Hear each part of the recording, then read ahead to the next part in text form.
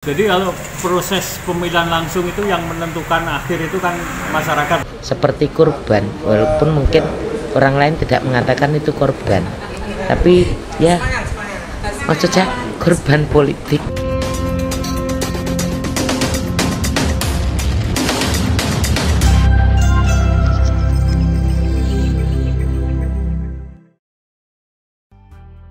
Dunia perpolitikan di Kabupaten Nganjuk sempat diwarnai hal yang memprihatinkan.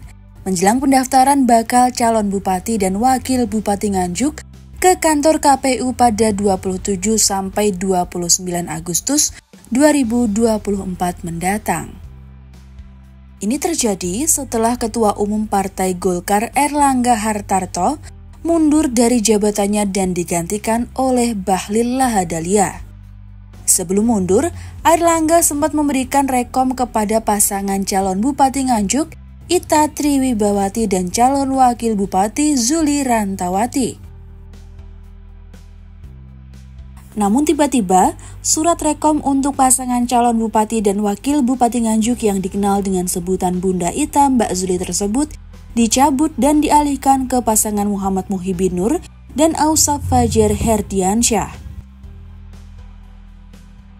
Seperti dilansir Kompas TV pada 25 Agustus 2024, ternyata kasus pencabutan rekom Golkar tidak hanya menimpa pasangan Bunda Ita Mbak Zuli, sebelumnya juga dilakukan kepada pasangan Airin Rahmidiani sebagai calon gubernur Provinsi Banten untuk Pilkada 2024 berpasangan dengan Ade Sumardi. Karuan saja, fenomena korban politik terhadap pasangan Bunda Ita Mbak Zuli ini disayangkan sejumlah tokoh masyarakat dan pengamat politik di Nganjuk.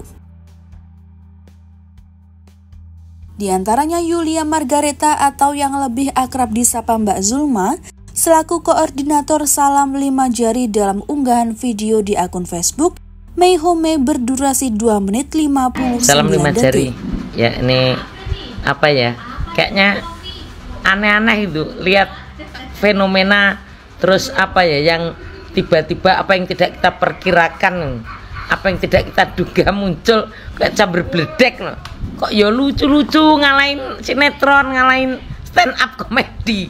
Jadi kayak turunnya rekom dari Golkar, dari Partai Golkar untuk Nganjuk yang tiba-tiba kayak berubah 180 derajat. Tiba-tiba ke Ausaf, gak ada angin, gak ada badai, gak ada kuntur, gak ada kilat, tiba-tiba berubah. Kemarin sudah melihat fotonya, mereka duduk bareng-bareng, ngomong-ngomong, senyum-senyum, foto dengan berpakaian kuning semua. Juga ada Ibu Maria yang terhormat. Tanggapan berikutnya datang dari mantan Ketua KPU sekaligus pengamat politik di Nganjuk, Juwahir. Mereka turut prihatin terhadap berpindahnya surat rekomendasi dari pasangan Bunda Ita Mbak Zuli ke pasangan lain dan menganggap tidak beretika. Kita kalau mungkin menilai dari segi aturan boleh-boleh saja, tetapi dalam suatu proses demokrasi itu ada nilai yang namanya etika, moral, kaidah.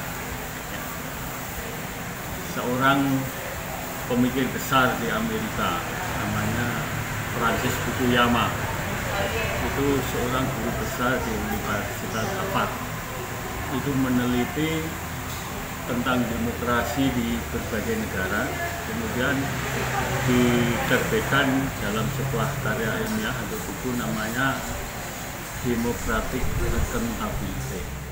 Penggiat anti korupsi Salam 5 Jari Kabupaten Nganjuk yang akrab disapa Mbak Zulma menilai, berpindahnya surat rekom secara tiba-tiba itu ibarat sinetron sambaran petir di siang bolong. Karena sebelumnya surat rekom diberikan kepada pasangan Bunda Ita dan Mbak Zuli, kenapa menjelang pendaftaran ke KPU tiba-tiba beralih ke pasangan Gus Ibin dan Ausaf? Piye ngono terus foto model apa? Maksudnya kita itu penonton kan ya heran toh. Lah terus ngopo dek ngi foto ngono kuwi lho. Itu yang lihatnya tuh kayak gini. Kok ya kebangetan ya. Kok masih mending Ketua Salam 5 Jari ya. Wah yuk, walaupun petakilan tapi loh kalau punya janji ya harus ditepati, punya komitmen terhadap janjinya. Jadi gak sekelas itu masih kelas dengan kelasnya ketua salam 5 jari. Yo nek memang wes sepakat, atau mungkin nih ya, namanya mungkin dugaan maksudnya, misalkan sudah terima sedikitnya ada kesepakatan untuk rekom, atau mungkin dalam kurungnya mungkin ada apa ya, berbentuk uang mahar untuk rekom walaupun kecil mungkin, mbok ya punya rasa apa ya, simpati yang empati terhadap orang yang dijanjikan atau yang dikomitmeni. Nah, maksud saya seperti itu. Jadi punya kewajiban moral untuk mengawal. Nah, mengawal teko ngene pusat kono supaya mulut ini tadi bisa dipercaya. Berpindahnya surat rekom itu menjadikan Bunda Ita dan Mbak Zuli sebagai korban politik, para elit dan korban komitmen. Makanya bagi saya ya mengherankan. Foto-foto itu kok jadinya, kalau kemarin fotonya tertawa-tawa, tak bayangkan seandainya saya loh ya, yang sudah terlanjur foto kayak gitu, terus nah turunnya ke yang lain. Wih, ini miris sekali ya.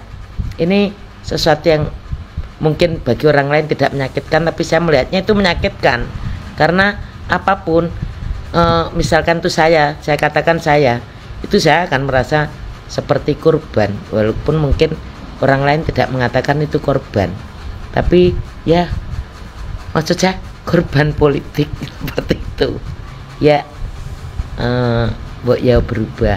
Sebuah organisasi itu keputusan kan bukan dari perorangan, jadi ini keputusan lembaga. Kemudian tiba-tiba sebuah keputusan itu sudah diputuskan, kemudian tiba-tiba dicabut. Ini kan akhirnya apakah nanti orang bisa Fenomena percaya? korban politik ini justru menguntungkan bagi pasangan Bunda Ita Mbak Zuli sebagai calon bupati dan wakil bupati yang dizolimi. Masyarakat justru banyak yang menaruh simpati dan empati terhadap Bunda Ita Mbak Zuli pada Pilkada 27 November 2024 nanti. Jadi nanti yang menentukan itu adalah masyarakat, bukan elit. Pada akhirnya, pada titik akhir, elit itu kan urusannya adalah untuk memenuhi persyaratan saja kan, tapi tidak bisa menentukan keterpilihan. Yang menentukan keterpilihan itu adalah masyarakat.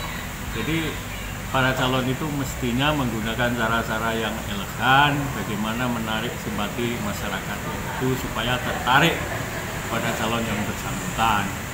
Karena nanti pada detik-detik akhir yang menjadi raja itu adalah rakyat yang menentukan. Dan bagi pasangan yang merebutnya justru akan banyak ditinggalkan oleh calon pemilihnya.